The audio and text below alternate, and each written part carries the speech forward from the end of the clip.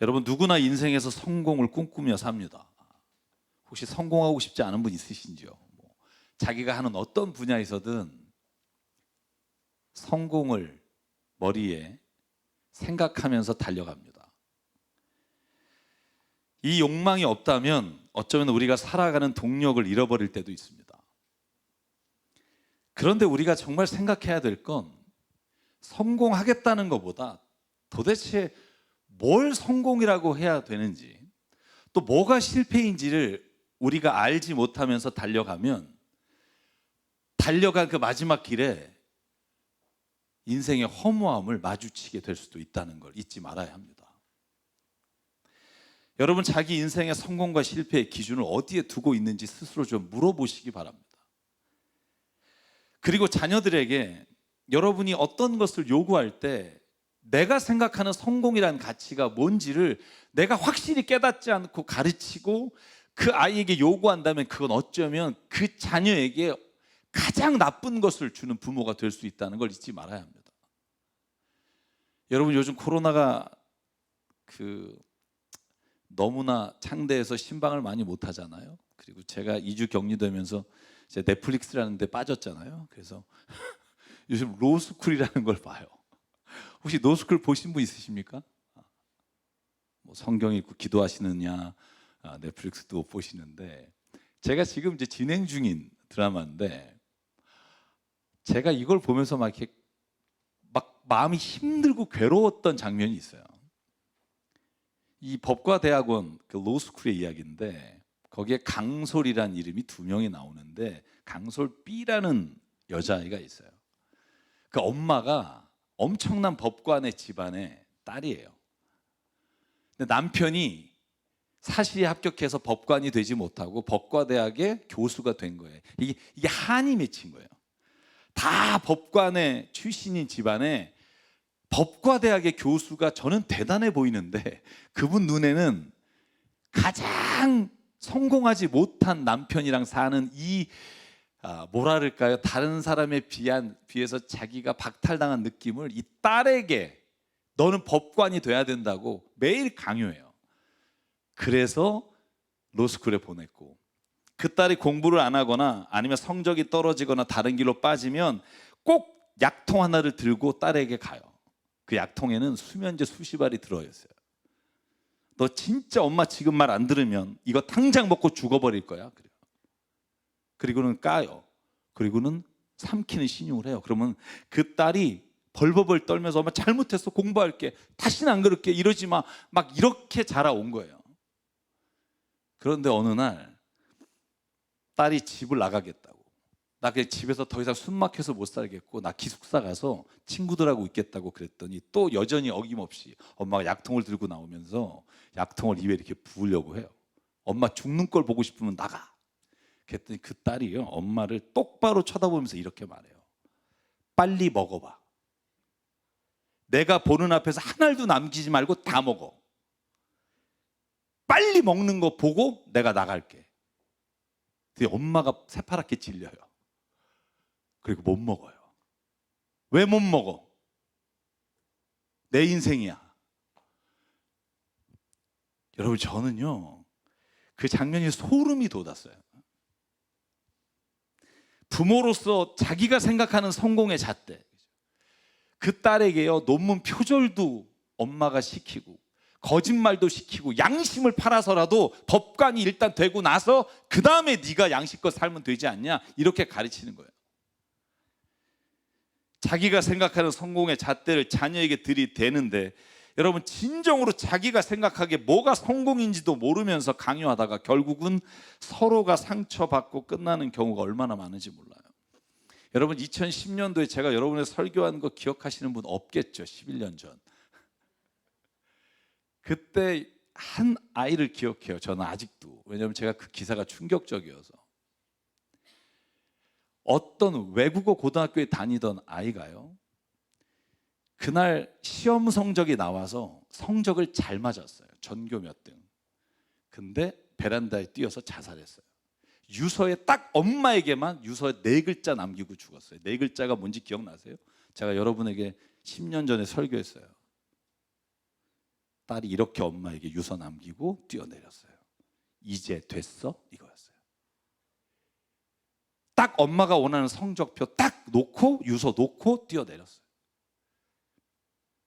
제가 요번에도 다시 그 기사를 보면서 다시 찾아봤더니 있더라고요. 소름이 끼치는 거예요. 엄마가 만족스러운 삶 내가 살아줬으니까 이제 됐어? 그리고 이제 몸을 던지는 거예요.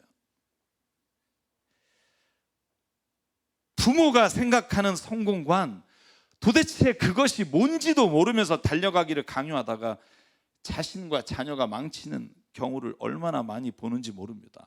사랑하는 여러분, 오늘 제가 나누고 싶은 말은 제가 이것이 성공과 실패의 기준입니다라고 말하고 싶은 게 아니에요. 적어도 우리가 그리스도인이라면 세상을 살면서 성공했다라고 말할 때 그 기준이 좀 달라야 되지 않을까? 조금 세상 사람들이 다 달려가는 길이 아니라 그 길에서 그래서 성공과 실패의 기준이 어디에 두고 살아야 될지를 고민해보고 살아가야 되지 않을까? 그거 없이 세상이 다 달려가는 길에 맨 앞자리에 쓰려고 달려가다가 결국은 아무것도 남기지 못한 삶을 자녀에게 남겨주는 건 아닐까? 여러분, 그러면서 오늘 누가복음 14장의 예수님의 이야기를 읽으면서 제가 정말 많은 걸 깨달았어요. 여러분, 이 장면은 굉장히 독특한 장면이에요. 왜냐하면 예수께서 대부분 식사하러 간 자리는 삭개오라든가 세리장이라든가 죄인이라든가 창녀라든가 세리와 함께 식사하셨어요. 그래서 늘 가난하고 힘들고 병들고 죄인이라고 취급당하는 사람하고 식사를 했는데, 여기 누가복음 14장은요 바리새파 사람, 그러니까 그 유대인 중에도 가장 높은 사람이 초대해서 식사를 같이 하는 자리예요. 여러분, 오늘 본문 14장에 보면 오늘 본문에 예수께서 바리새파 사람이 초대하는 음식을 먹으러 갔다가 거기에서 수종병에 걸린 사람이 앉아 있는 것을 보고 안식일에 병자를 고치는 장면으로 시작합니다. 여러분들 의외일 거예요. 예수님이 바리새파 사람과 율법학자와 식사를 하셨다고? 그 집에 가셔서? 그러니까 여러분, 이 선입견을 버려야 돼요. 예수님이 바리새파 사람들과 적을 져서 아예 그들과 만나지 않은 게 아니에요. 여러분, 니고데모라든지 여러분 나중에 아리마대 요셉이라든지 다 그 사람들은 우리가 생각하는 바리새파 사람 혹은 사내들인의 70인들에 들어가는 사람들과도 대화하시고 그들과 이야기 나누고 식사하셨다는 걸 기억해야 돼요. 물론 압니다. 마태복음 23장 27절에 보면 율법학자와 바리새파 사람들에게 예수께서 이 회칠한 무덤아, 이런 속에는 위선이 가득하고 불법이 가득한 자라, 이렇게 말씀하셨기 때문에 우리는 예수님이 그들과는 완전히 거리를 두고 식사도 안 하셨을 거라고 착각하는데, 성경을 보면 그렇지 않아요. 예수님은 오늘 누가복음 14장 12절 자기를 초대한 사람, 그러니까 그 바리새파 사람들과 이야기를 나누면서 식사를 하고 있다는 걸 꼭 기억해야 돼요.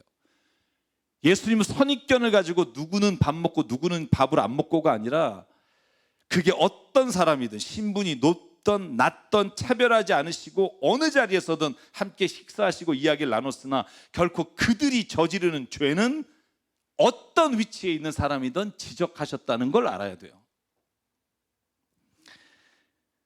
그래서 여러분, 예수님은 어느 곳에 가든지 그 사람의 입맛에 맞는 이야기를 하지 않으셨다고요. 그들의 삶이 변화할 수 있는 복음을 전하셨던 게 예수님이세요. 그러니까 우리가 청와대를 가든 국회의원을 만나든 어떤 자리를 가든 그 자리에 따라서 아부하는 게 아니라 그 자리에서 하나님 말씀에 옳은 것을 전하는 게 저는 목회자이며 그리스도인이 되어야 한다고 믿습니다.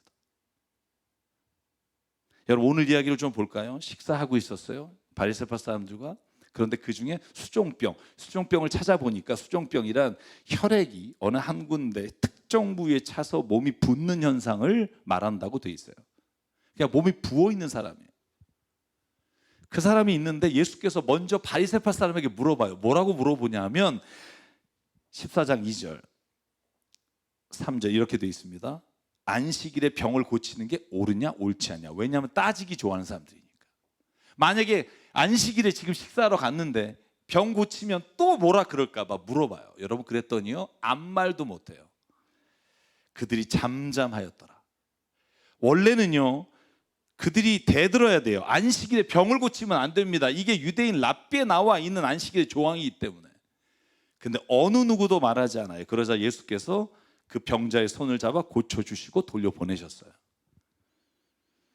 여러분, 그리고는 예수께서 이렇게 말하는 거예요. 너희들이 생각해도 아이러니하지 않니? 율법이란 게 말이다, 안식일에 아이나 소가 물에 빠지면 건져내는 건 되는데 병자를 고치는 건 안 된대. 이거 이상하지 않니? 이렇게 예수께서 말씀을 시작하는 거예요.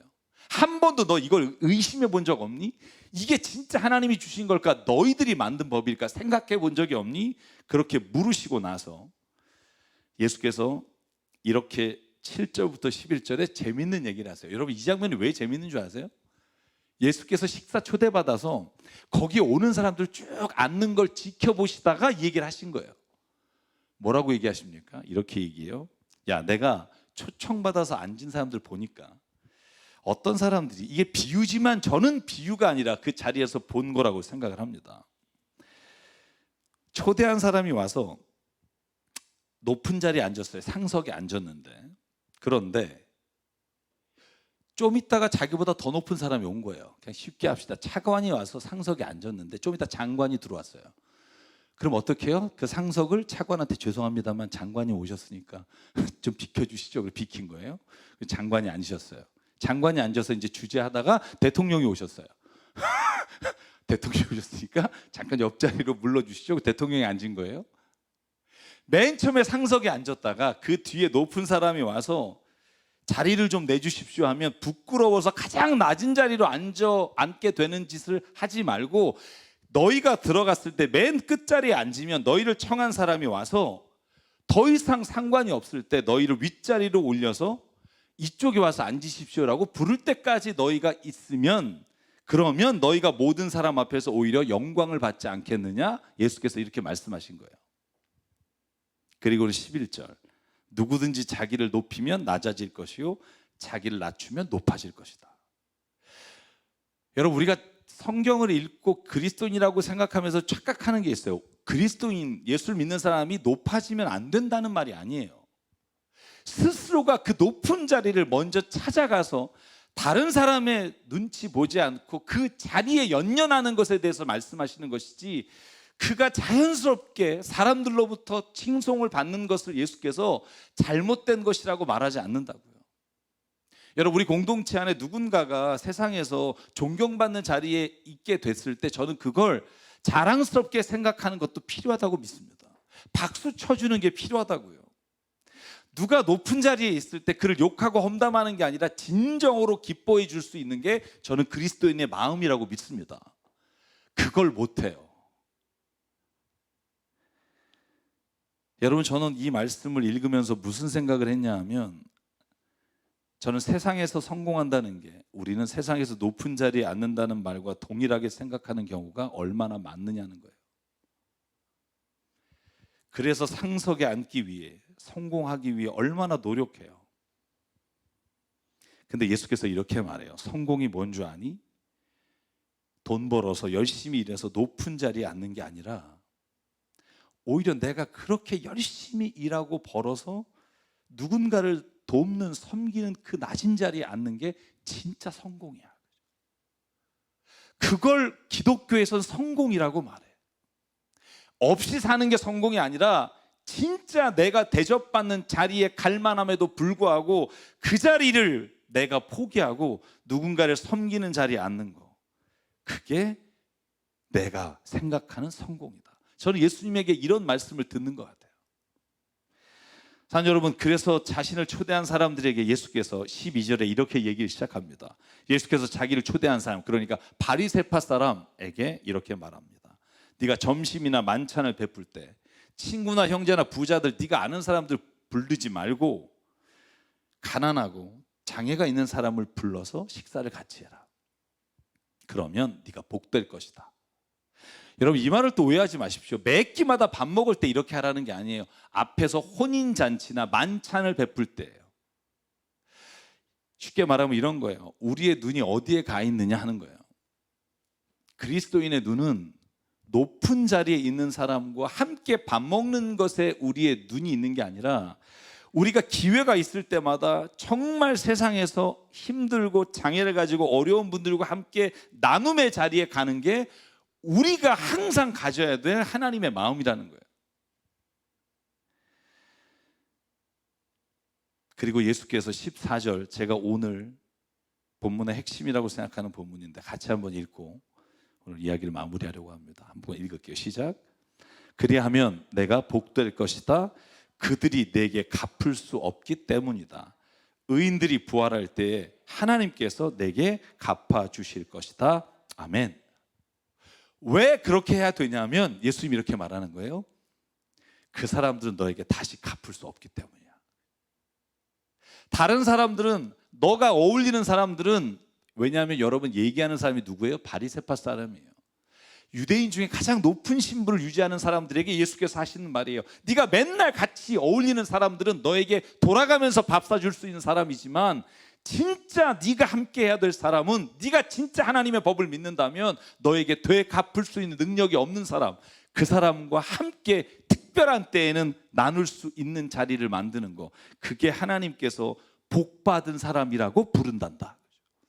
저는요, 성경적으로 말하면 성공한 사람, 저는 이코르 복받은 사람이라고 생각해요. 근데 예수께서 오늘 말합니다. 14절, 복받은 사람이 어떤 사람이니? 너에게 되갚을 수 없는 사람에게 너희가 무엇을 행하는 거, 이게 복받은 사람이다. 여러분, 저는 이게 멋있지 않습니까? 나에게 갚을 능력이 없는 사람에게 베푸는 게 곧 하나님에게 하는 것이다. 이것이 오늘 예수께서 하고 싶은 말씀이에요. 사랑하는 여러분, 오늘 본문의 말씀에서 그래서 14절에 예수께서 하시는 말씀, 저는 이 말씀 우리가 꼭 기억했으면 좋겠습니다. 우리가 중요한 때, 우리 교회가 기쁠 때, 우리 교회가 정말 뭔가 행사를 할 때 우리가 항상 해야 되고 기억해야 될 것은, 그 시간에 먹을 것이 없거나 힘들거나 장애가 있어서 세상을 한탄하는 사람, 여러분 그분들과 함께 할 일이 뭔가를 생각하는 게 저는 교회라고 믿습니다. 지난 4월 20일에 제가 교인들하고 함께, 만약에 코로나가 아니었다면 하고 싶은 게 있었어요. 4월 20일이 장애인의 날이잖아요. 그때 모든 한 분 한 분이 같이 초대해서, 근데 코로나라 제가 아는 지인 장애인들과 함께 식사했어요. 그분이 뭐라 그랬냐면 저에게, 장애인의 날이 더 외롭대요. 텔레비전에서는 장애인의 날 행사를 하는데 아무도 자기에게 찾아오는 사람이 없대요. 서울시에서 행사할 때는 장애인의 날에 하지 않는데요. 그 전에 행사를 미리 하거나 나중에 한대요. 그 행사 일정에 맞춰서. 복받은 사람, 성경이 말하는 복받은 사람은 눈에 보이는 어떤 것을 성취하는 게 아니라 눈에 보이지 않는 중요한 가치를 위해 기꺼이 눈에 보이는 것을 내놓을 수 있는 사람, 저는 그게 성공한 사람이라고 믿어요. 기독교적인 성공이 뭘까? 하나님이 갚아주신다는 걸 믿고 우리가 지금 이 세상에서 하나님 나라의 음식을 누군가와 함께 나눌 수 있는 사람, 저는 그게 성공한 그리스도인이라고 믿어요. 사랑하는 여러분, 이 세상을 살아가면서 하나님 나라를 꿈꾸고 있지 못하다면 우리는 불쌍한 사람이에요. 눈에 보이는 것이 성공이고 하나님이 축복한 겁니다 라고 말하는 것으로 끝! 그 사람이 가장 불쌍한 사람이에요. 이건 제가 말한 게 아니에요. 고린도서 15장 19절에 사도 바울이 우리에게 말하는 거예요. 그리스도 안에서 우리가 바라는 것이 이 세상에만 해당되는 것이라면 우리는 모든 사람 가운데 가장 불쌍한 사람일 겁니다. 왜? 제대로 싸워서 쟁취도 못하고, 그러려면 아예 우리의 마지막 꿈은 하나님의 나라, 그분과 함께, 그분이 우리에게 잘했다 칭찬해 주는 말을 기다리며 이 땅에서 우리가 눈에 보이는 것을 조금 더 놓을 수 있는 마음을 가지는 사람, 그 사람이 성공한 사람이에요. 사랑하는 여러분, 저와 여러분이요, 이 땅에서 그 나라를 맛보며 살기를 주의 이름으로 축복합니다. 그걸 위해 하나님이 주신 거예요. 여러분, 어제 우리 교회에서 오후 4시에 예배를 드리는 복음을 전하는 교회 양떼 커뮤니티, 막 사람들이 늘어난다는 게 뭐예요, 여러분? 그 교회에 아이들이 늘어난다는 건, 우리 교회는 사역자만 오고 있어요. 지금은 그 아이들이 예배 드리는 건 신림동이에요. 집 나온 애들이 많아진다는 얘기예요. 몸 파는 아이들이 많아진다는 얘기예요. 지금 미혼모 사역을 하는데 매달 아이를 낳아요. 그 아이들이 많아진다는 얘기예요. 그래서 신림동에 저희가 얻어드린 그곳이 고소가 너무 많아요. 여기 애들이 깡패가 온다 그래서 지금 거기를 나가야 되는데 어떤 어떤 분이 자기 건물을 내주셨어요. 너무 고마워서 어제 제가 가서 예배를 드리는데 그 한 층을 다 그냥 무료로 쓰라고 내주셔서 그곳에 신대방동에 가서 예배를 드리고, 그리고 났더니요, 이호셉 목사가 이렇게 설교 끝나고 얘기를 하는 거예요. 이렇게 우리의 호구이신 정기철 목사님이 오셔서 말씀 전해서 감사하고, 우리의 호구인 강남 새사람교회가 우리에게 은혜를 베풀어 주셔서 이렇게까지 우리가 일할 수 있어서 감사합니다. 그런데 우리가 진짜 열심히 최선을 다해서 목사님과 우리 강남 새사람교회 뜻을 따라 갚을 수 있는 길은 우리도 우리보다 더 힘들고 낮은 사람에게 베풀고 섬기는 게 우리 강남 새사람교회에게 갚는 것이라고 저는 믿습니다. 이렇게 얘기하더라고요. 나가서 그랬어요. 꼭 그렇게만 생각하지 말고 나한테도 좀 갚아라. 꼭 그렇게 어려운 사람에게 갚는 게 나에게 갚는 거라고만 생각하지 마라. 뭐 이렇게 농담을 얘기했는데 저는 그 생각이 너무 좋아요. 여러분, 호구라는 말 때에 따라는 듣기 싫은 말이지만 저는 어제 그 생각했어요. 하나님도 호구다. 죄송해요, 제가 이런 경망스러운 말을 해서. 우리가 필요할 땐 찾고 우리가 원하는 게 있으면 하나님 이름 찾지만, 정작 내가 좋은 일이 있거나 내가 채워지는 게 있으면 하나님께 감사하기보다 내 자신에게 영광을 돌리는 그분이 하나님 아닐까. 여러분, 신앙이 뭘까요? 이 세상에서 성공한다는 기준이 뭘까요? 저는 저와 여러분에게 오늘 이 질문이 인생을 살아가면서 하나님이 우리에게 던지는 질문이 됐으면 좋겠습니다.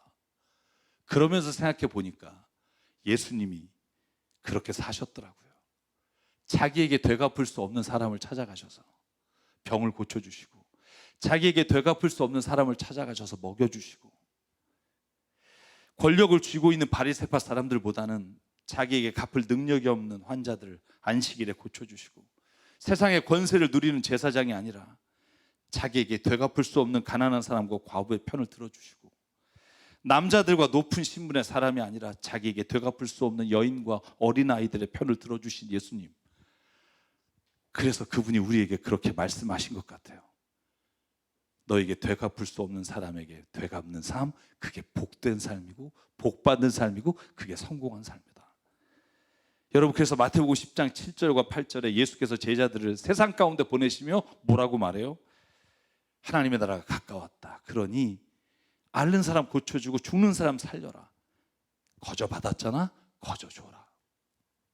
사랑하는 여러분, 저는 저와 여러분이 돈이나 달란트나 시간이나 여러분에게 하나님이 주신 게 있다면 그게 내가 무엇을 위해 하나님께서 주신 건지를 생각하고 오늘 그 성공한 것을 어떻게 하나님 안에서 진정한 성공으로 바꿀까를 하나님 앞에서 기도하며 살아가게 되길 주의 이름으로 축복합니다. 신앙은 높이가 아닙니다. 제가 늘 드리고 싶은 말이에요. 신앙은 직급이 올라가거나 직분이 올라가는 게 아니라 신앙은 깊이라고 생각해요. 누가 더 깊이 주님의 말씀에 공감하고 누가 더 깊이 그 말씀에 빠져 사느냐. 다른 사람이 다 높이를 볼 때 우리는 진짜 깊은 곳을 바라보고 그 깊은 곳의 정점에 가장 높은 자리가 있다는 걸 믿는 사람, 저는 그게 그리스도인이며 그게 신앙의 가치를 깨달은 사람이라고 믿습니다. 오늘 제가 이기원 선교사님이 오셨지만 제가 여러분에게 이기원 선교사님, 제가 딱 한 장면, 이 한 사진 때문에 선교사님을 돕고 싶었어요. 지금도 프놈펜에 500명 아이들에게 밥을 줄 때 무릎을 꿇고 주세요. 제가 여쭤봤어요. 왜 무릎을 꿇고 주시냐고. 저 선교사님이 저에게 그러셨어요. 이 아이들이 가난한 빈민촌의 아이가 아니라 내게는 예수님이십니다. 그리고 두 손으로 이렇게 지금도 아이들에게 식사를 대접해요. 저는 선교사님이 성공하신 분이라고 믿어요. 왜냐하면 갚을 수 없는 사람에게 줄 수 있는 게 있잖아요. 여러분, 저와 여러분이 성공의 길을 걸어가고 우리의 자녀가 그 성공의 길을 걸어갔으면 좋겠어요. 제 딸도 그 길을 걸어갔으면 좋겠어요. 누구나 가는 길이 아니라 정말 세상에서 가장 최선을 다해서 얻은 게 있다면 그걸 되갚을 수 없는 사람에게 주는 거. 저는 그걸 보시면서 예수님이 얼마나 기뻐하실까. 저와 여러분이 인생에서 꼭 존경받고 다른 사람들이 다 뒷모습을 따라가는 사람이 되기를 바라고요. 근데 그 마지막 여러분의 걸어가는 길에 되갚을 수 없는 사람에게 두 손을 내밀고 섬기는 자리에 가는 우리 교회, 저와 여러분 되실 주의 이름으로 축복합니다. 그래서 이 찬양 같이 부르고 싶어요. 내 마음엔 주를 향한 사랑이, 나의 말엔 주가 주신 진리로, 나의 눈에는 주의 눈물 채워 주십시오. 내 입술엔 찬양의 향기가, 두 손에는 주를 닮은 섬김이, 나의 삶에 주의 흔적 남게 하십시오. 하나님의 사랑이 영원히 함께하고 십자가의 길을 걷는 자에게 세상이 조롱하는 소리가 들릴지 모르지만 그 유혹 속에서도 주님의 순결한 신부가 되겠습니다. 이 찬양하실 때 오늘 자 멋지게 세상 주님과 함께 살아갔으면 좋겠어요. 주님이 주신 복을 막 마음껏 나눌 것이 또한 날마다 채워지는 그런 인생이 되길 바라고요. 주님 앞에서 함께 고백하겠습니다. 내 마음에 주를 향한 사랑이, 나의 말에 주가 주신 진리로, 나의 눈에 주의 눈물 채워 주소서.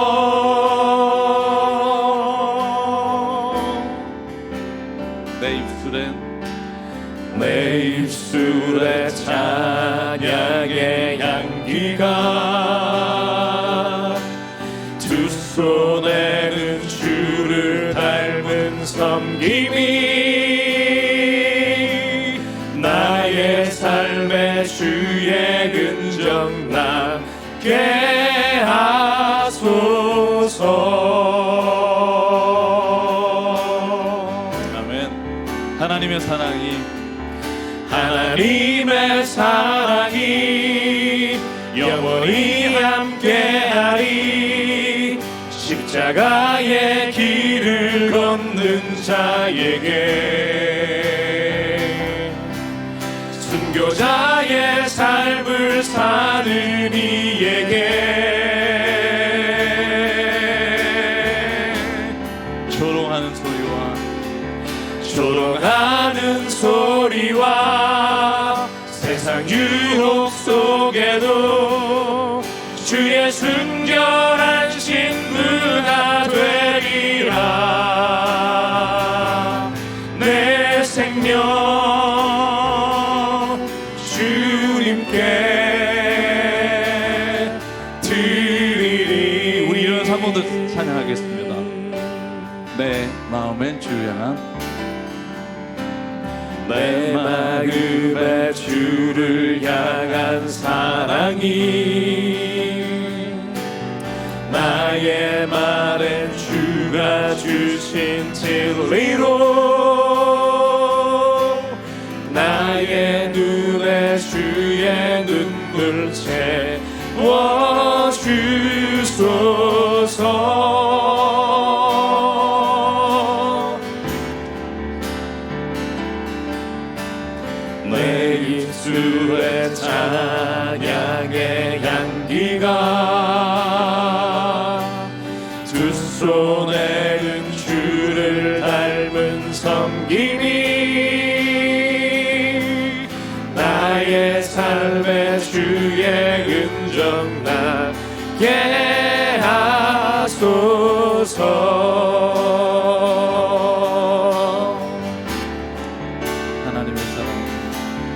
하나님의 사랑이 영원히 함께하리. 십자가의 길을 걷는 자에게, 순교자의 삶을 사는 이에게,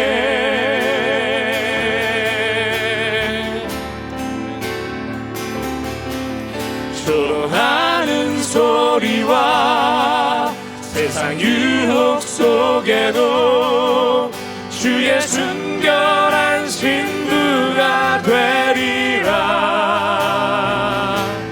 내 생명 주님께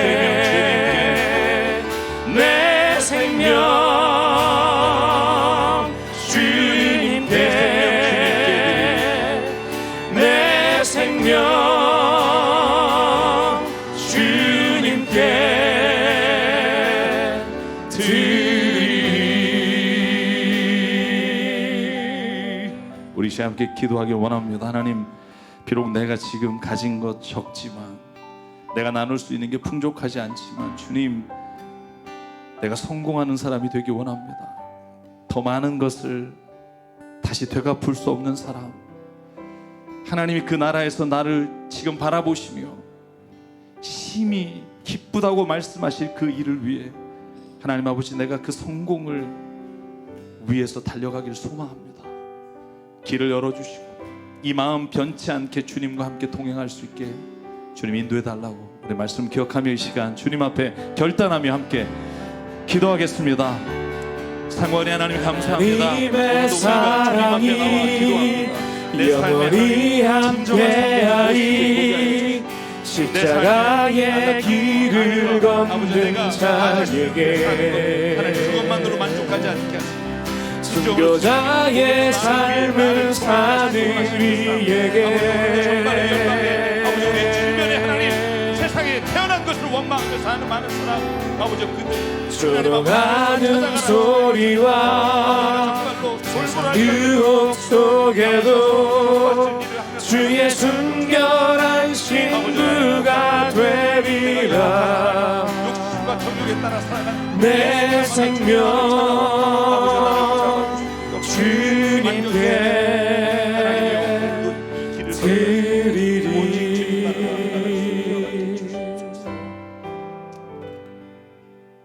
사랑의 하나님, 무엇이 성공인지를 한 번도 생각해 보지 못하고 사람들이 가는 그 길에 앞장서는 것이 성공이라 여기며 살아왔던 우리가 자녀들에게 똑같은 허망한 길을 말하고 있지는 않은지 오늘 우리를 돌아보게 도와주시옵소서.